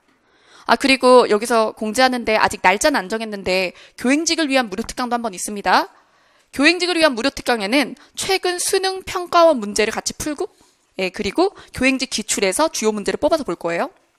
자, 여기 보면 서울시 2015년 문법 규정 되게 많이 나왔고 그죠? 그 다음에 2016년 서울시도 문법 규정이 제일 많이 나왔어요. 그 다음에 2007년도 문법 규정이 가장 많이 나왔습니다. 자, 그래서 2007년 통계를 내보면 문법 규정이 9개, 독해가 7개, 어휘 한자 3개, 3.5개. 왜냐면 두 시험지를 합쳐서 통계니까요. 추가 채용까지. 그 다음에 지식국어 하나. 이렇게 나온 거거든요. 자, 근데 지식국어를 내겠다는 의지는 변함이 없는 거예요. 그쵸? 네, 지식국어, 문학사. 문학사를 내겠다는 의지는 변함이 없어요. 근데 문학사가 제 강좌에는 어디 있냐면, 이제 우월한 독해의 이제 그 부분에 수업을 따라가면 제가 문학사의 흐름에 맞춰서 설명을 해주거든요. 그러니까 저는 교과서 필수작을 문학사 흐름대로 순서대로 수업을 해요. 그래서 그걸 하면은 좀 자연스럽게 정리되는 게 있고, 그리고 서울시만을 위해서 제가 서울시 추가 채용이 있었잖아요, 3월에. 그래서 좀 빨리, 다른 때는 제가 원래 이거를 5월에 하고 그랬거든요. 근데 지식국어 특강을 한번 했어요. 지식국어 특강 들으셨죠? 들으신 분들은. 그리고 인강으로 올라와 있어요. 나 그거 2번 하라고 하지만 너무 힘들어. 나 새로 할 것도 너무 많아. 교행직도 해야 되고, 그쵸? 자, 그러니까, 이미 인강에 있어요. 근데 그 지식국어 특강 어떻게 했냐면, 지금까지 나온 지식국어 문제를 하나씩 2개씩 나왔죠. 그거를 다 모았어. 옛날부터 지금까지. 100제가 되는 거예요, 기출이. 기출 100제. 그리고 중복돼서 또 나오는 것도 있고, 막 이래요. 그 100개를 시대순으로 다시 정렬했어요. 여러분, 이거는 기출인데도 손 진짜 많이 갔어요. 왜냐하면, 자, 1~2개씩 뜯어야죠.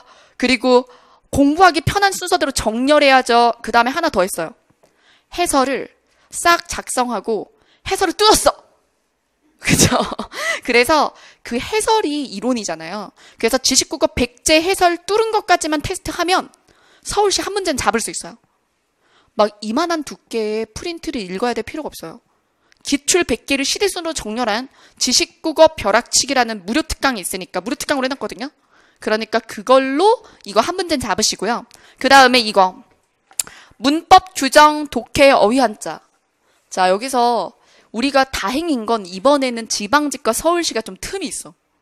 작년까지만 해도 막 한 주, 2주 이렇게 차이잖아요. 그러니까 지방직 준비하면서 서울시를 해야 되니까 사실은 지방직 모의고사 보면서 서울시 같은 경우는 저 그때 어떻게 했냐면 모의고사를 3개를 냈어요. 작년까지는. 그래서 지방직형 2개, 서울시형 하나. 그렇게 해서 2+1? 자, 이렇게 3개짜리 모의고사를 진행을 했어요. 매주. 왜? 동시에 하니까. 그랬는데 올해는 다행히도 시간 간격이 있어요. 그래서 지금 맨 뒷페이지에 보면 오른쪽에 주간 플래너 있죠. 거기 보면 5월 3주에 지방직 시험 있고요. 6월 4주에 서울시 시험 주간 있죠. 그러니까 서울시 모의고사는 따로 또 시작이 될 건데 그때는 독해를 조금 줄이고 그죠? 그리고 문법과 규정을 좀 더 난도를 높이고 문항수를 늘려서 서울시형 모의고사를 시작을 할 거니까요. 그때 하는 이 무료 특강 한 번 더 할 거거든요. 공개 특강 한 번 더 들으시고 그 다음에 서울시 모의고사 시작하시면 돼요. 그리고 그때 들으세요. 지식국어 100제 3월에 들으신 분들은 복습하시고 언제? 5월에 하라고 왜 지금 하냐고. 그쵸? 지방직이 안 나온대. 내 용량이 남아 돌아요? 그쵸? 그러니까 언제 하면 돼요? 그거 아직 안 들었든 그쵸? 듣고 싶든 지식국어는 언제? 5월에 하시고 일단 미뤄. 그리고 이제 4월에는 지방직에 맞춰서 갑니다. 자, 그러면 이 표 볼까요? 지방직 서울시 국어 최고점을 위한 주간 전략이라고 했죠? 자, 여기다가 저는 제가 권하고 싶은 걸 쓰겠죠. 거기다가 자기 걸 더 추가하세요. 여러분 여기 오른쪽에 자습으로 쓱쓱은 여러분들이 채우는 거예요. 왜 사람마다 다르거든요. 근데 제가 왼쪽을 채울 거예요. 아시겠죠? 자, 강의로 쓱쓱 보겠습니다. 자, 오늘 저를 만나셨어요. 그죠? 뭐 계속 봤던 사람들도 있고 새로 보신 분들도 있어요. 그럼 이번 주에 오늘이 월요일이잖아요. 이번 주에 할 걸 빡세게 안 드리면 여러분들이 자기 반성할 거라는 걸 알고 반성도 하지 마. 자, 여러분 제가 수능 쪽 동기들이 저보고 또라이라고 하거든요. 근데 그 또라이라고 하는 부분이 뭐냐면 되게 이게 저랑 어차피 사귈 거 아니니까 여러분. 그렇죠. 저랑 뭐 사적으로 지내면은 되게 단점인데 저는 후회와 반성이 없어요. 근데 그래서 제가 제 나이 대비 인생을 좀 빠르게 사는 걸 수도 있어요.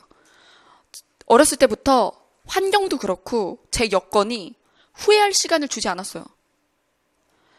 만약에 내가 지금 어떤 일을 해서 문제가 벌어졌으면 후회나 반성을 하는 게 아니라 빨리 수정하고 빨리 그 다음 일을 했어야 했어요. 그랬기 때문에 제가 후회와 반성은 제 회로에 없어요. 예. 그러다 보니까 너무 페인 분석이랑 후회와 반성은 달라요. 후회와 반성은 감정적으로 하는 거야. 그거 말고 내가 지금 뭘 틀렸고 왜 이랬지를 빨리 분석하고 대책을 세워서 빨리 뛰어야지. 감정적으로 뉘우치는 건 아무 도움이 안 돼요. 그냥 재수가 없었다고 생각해. 아시겠죠? 그냥 국가적인 재수가 없었다. 근데 고칠 게 뭐냐? 이렇게. 재수가 없었지만 원인이 있잖아요. 그러니까 패인 분석해야 되는 거죠. 그래서 전 과목, 이건 국어만에 대한 얘기가 아니에요. 전 과목에 대해서 지금 이번 주에 해야 되는 일은요. 전 과목 시험지를 찢어버렸어요. 어떻게 했어요? 자, 시험지가 자, 어떻게 했어요? 먹었어요? 구겨서 먹었어? 자, 막 불태웠어? 자, 어쨌든 본인이 뭘 틀렸는지를 괴롭겠지만 지금 채점도 안 한 사람들 많죠. 알아. 근데 해야죠. 채점을 하든 안 하든 점수는 똑같을 텐데요. 그렇죠? 안 한다고 변하지 않을 텐데. 그렇죠? 그러니까 빨리 하고 오늘까지 채점 안 해요. 오늘 빨리 해요. 오후에 해. 그냥 바로. 전 과목 채점해요. 그 다음에 해야 될 게 뭐냐면 전 기본서를 꺼내서 목차를 다 펴. 뭔지 아시겠죠? 자, 그래서 자, 지금 오답. 국가직 오답. 패인 분석. 핏 기본서. 오케이? 자, 그래서 기본서를 활용한다. 자, 여러분. 일주일 동안 해야 되는 일은요. 여러분들이 보시는 과목에 자기가 활용했던 기본서를 꺼내서 요약서 좀 그것 좀. 자, 그쵸? 자, 그 기본서 없이 그냥 요약서로만 띄시는 분들이 있는데 그래서 국가직 그렇게 본 거니까 기본서 다시 쓰세요. 자, 그다음 국가직 오답 패인 분석은 근데 사실은 시험지 하나가 날 다 설명해 줄 수는 없어요. 하지만 분명히 지편돼요. 그래서 틀린 문제만 보는 게 아니라 찍어서 맞춘 것도 틀린 거야. 찍어서 맞힌 것도 체크해야 돼요. 아니면 맞았더라도 시간이 오래 걸렸어. 내가 망설였어. 그것도 체크해요. 그러면 거의 절반가량의 문제일걸요? 맞지 않아요? 그쵸? 그러면 국가직 오답 패인 분석은 기본서 목차를 활용합니다. 그래서 기본서 목차에다가 별을 달든, 그쵸? 그래서 내가 완전히 모르는 부분, 그리고 뭐 조금 불안한 부분, 이런 것들을 차등 체크를 하세요, 별로. 별 하나, 별 둘, 별 셋, 이렇게. 그리고 기본서 목차는 좀 대분류죠. 좀 상세 목차가 없다. 그러면 펴야죠, 책을. 책을 펴서 탭. 나는 필통에 그렇게 5만 가지 색깔 펜이 왜 필요한지 모르겠는데, 펜은 줄여도 탭은 있어야죠. 필통에 탭 있어요? 탭이 얼마나 좋은 학습 도구인데요. 탭, 그죠? 제가 예전에 이렇게 막 홍보용품으로 그런 거 뿌리는 거 진짜 싫어하지만 저는 홍보용품 뿌리는 돈으로 책을 찍어서 무료 판촉 교재 이런 식이거든요. 근데 포스트잇 한번 찍은 적이 있었어요. 근데 저는 포스트잇보다 탭을 넣었거든요, 옆에. 근데 그 탭을 넣으면 훨씬 비싸져요. 근데 그래도 넣었어요. 왜 탭이 중요하거든. 미안, 오늘은 없어. 오늘은 대신 책이 있잖아. 자, 어쨌든 근데 탭을 써서 이게 목차는 되게 크게 있죠. 그러면 내가 별을 단 목차면 일단 펴야죠. 펴고 내가 이 목차 안에서도 중분류나 소분류에서 아는 거 있고 모르는 거 있어요. 그럼 다시 봐야 될 페이지에 탭을 달아야 돼요. 이게 여러분 이것만 해도 일주일이 꼬박 걸릴 텐데. 그쵸? 해설 강의 듣고 그리고 내가 기본서를 다 꺼내서 별 달고 탭 다는 데만 일주일이 들어야 정상적인 공부를 한 거거든요. 그쵸? 자, 이게 이번 주에 할 일이에요. 네. 친구를 만나서 응원을 받는 그 친구들 중에 여러분이 됐을 때 진심으로 좋아하는 친구가 하나라도 있으면 좋겠다. 그쵸? 너무 무서운 얘기인가? 야, 너가 인성이 그래가지고 네 친구 없나 보지. 뭐 그럴 수도 있는데 여러분 내 인생은 내 거고 내 기쁨이고 내 슬픔이야. 나눈다고 슬픔이 반이 된다고요? 그 가족 얘기고요. 그쵸? 슬픔이 반이 되지 않아요. 그럼 수험생들끼리 나 힘들어. 너 힘들어. 우리 힘들어. 자, 잠깐 괜찮겠지. 바닷물이야, 바닷물. 그죠? 자, 바닷물 마시면 어떻게 된다? 더 목마르다. 그죠? 자, 그 다음. 자, 4월 3주. 개강이에요, 제 거. 자, 그래서 제 거 지방직 모의고사 개강하는데, 이번에 합류하시는 분들은 국가직 모의고사도 스타트를 했으면 좋겠어요. 근데 제가 어떻게 할 거냐면, 단원을 국가직 모의고사 1주랑 맞출 거야. 자, 그러면 국가직 모의고사 1주랑 지방직 모의고사 1주에 영역 단원이 같은데 문제는 다르겠지. 이해되시죠? 그래서 회독 효과를 높일 거예요. 그래서 국가직과 지방직을 병행하면 시너지가 나게. 그러면 여러분, 국가직과 제 거 들으셨던 분들 다 버렸어? 국가직 붙을 줄 알고 버린 건 팩이라고 보는데, 좋은 멘탈이에요. 시험 전날 다 버렸다. 좋은데 다시 받아요. 다시 다운로드 받아서 국가직 일주랑 지방직 일주랑 매칭시켜야죠. 저도 그렇게 내는 거 되게 어려워요. 대부분 이렇게 내겠지. 문제 이만큼 내두고 20개씩 맞춰서 막 뽑겠지. 근데 저도 그 위치에 그 문제, 그때 그거 이렇게 맞추는 게 더 어렵거든요. 문제를 막 하고서 그냥 20개를 쏟는 게 아니잖아. 설계를 하잖아요. 근데 그렇게 해야 여러분들이 최고 효과를 낼 수 있다고 봐요. 그래서 국가직 모의고사랑 이거랑 병행해서 공부할 수 있게. 자, 그래서 이때 일주예요. 그러면 이때 국가직과 국가직 모고. 국가직 모고가 1타입이 모고죠. 지방직 모고 1주. 1주 시작할 텐데요. 이때 어문규정 마스터도 한 학기에 새로운 시작을 하셔야 돼요. 그죠? 그래서 이때 의문론과 표준발음법이 들어간단 말이에요. 그러면 여러분들 어문규정 마스터에서 뭐 해야 돼요? 표준발음법 해야겠죠. 끝내야 되겠지. 표준발음법이랑 같이 봐야 되는 게 뭐지? 로마자 표기법이겠지. 그쵸? 그런 얘기를 제가 상세하게 더 해드리겠죠.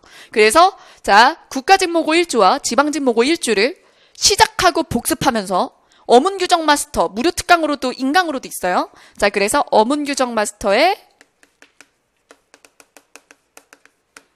표준 발음법과 로마자를 마치도록 합니다. 더 이상 그쵸? 안 봐도 될 정도로. 자, 그 다음에 4월 4주 때 역시나 2주차 모의고사 가잖아요. 그럴 때 이제 어문규정 마스터에서는 한글 맞춤법과 표준어 규정 가야 되겠죠? 그래서 맞춤법과 근데 한글 맞춤법이 분량이 많잖아요. 그러니까 2주 정도 잡고 2주 정도 잡고 가요. 자, 그 다음에 시험 전주까지 해서 이땐 3주, 이땐 4주, 이때는 외래어 표기법 보고 외래어 표기법 진짜 안 외워지잖아. 그쵸? 외래어 표기법은 여기다 두고 모의고사는 계속 나가고 모의고사 나가는 동안 독해는 독해 플러스도 계속 들어가고 있겠죠. 그쵸? 국가직 독해 플러스 안 푸신 분들은 푸시고 그래서 모의고사에서도 독해량이 충분히 나올 거예요. 자, 그러면 모의고사에다 무료 특강만 합쳐도 최소 분량 이렇게 되죠? 그리고 한자가 너무 약하다. 그런 경우에는 제가 한자문도 지금 이번 주에 나가게 되는데 그래서 한자문도 지금 강의를 듣긴 시간이 좀 없을 거예요. 테스트지라도 빨리빨리 써요. 도금 쓰는 것만 도금이라도 체크. 내가 여기 있는 거 읽을 수 있나 쫙.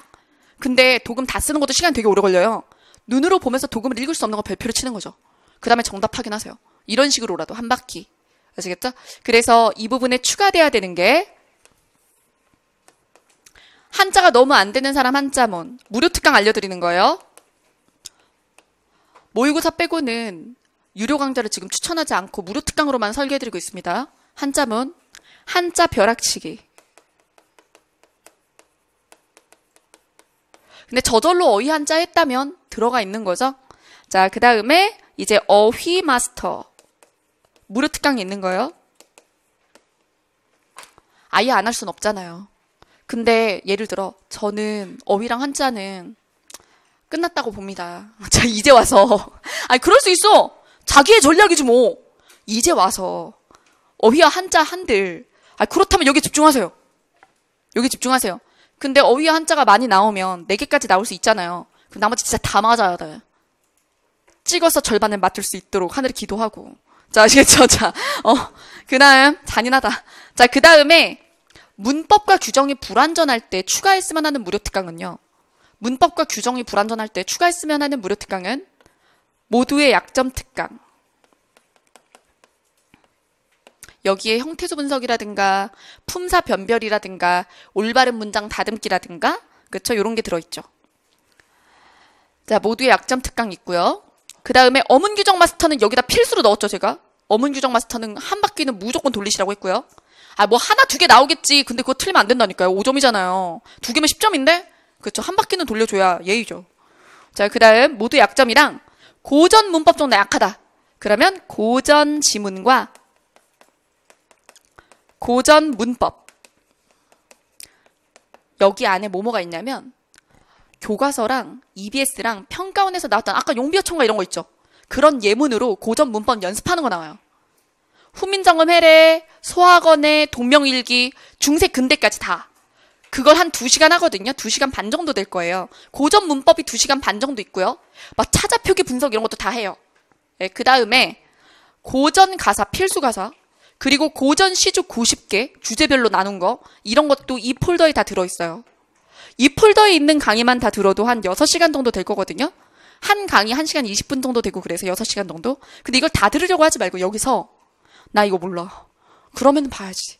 만약에 다른 선생님 수업을 들으면서 고전 가사 이런 건 했어. 관동별곡 했지. 뭐 3인곡 했지. 그러면 넘어가면 되죠. 안 한 거 없는지 보란 얘기야. 내 얘기는. 이해되시죠? 자, 그 다음에 난 독해를 더 풀고 싶다. 선생님 모의고사에서 일주일에 새로운 문제가 30개씩 나오지만 독해 30개씩 내는 거죠. 독해 플러스 열체까지 해서. 근데 저는 일주일에 50개씩 풀고 싶어요.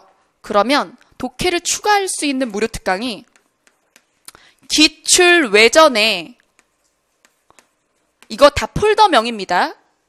폴더명이에요. 무료 특강 폴더명. 정말 남부고시 온라인에서 제 강좌 찾기 되게 어렵지 않아요? 그쵸?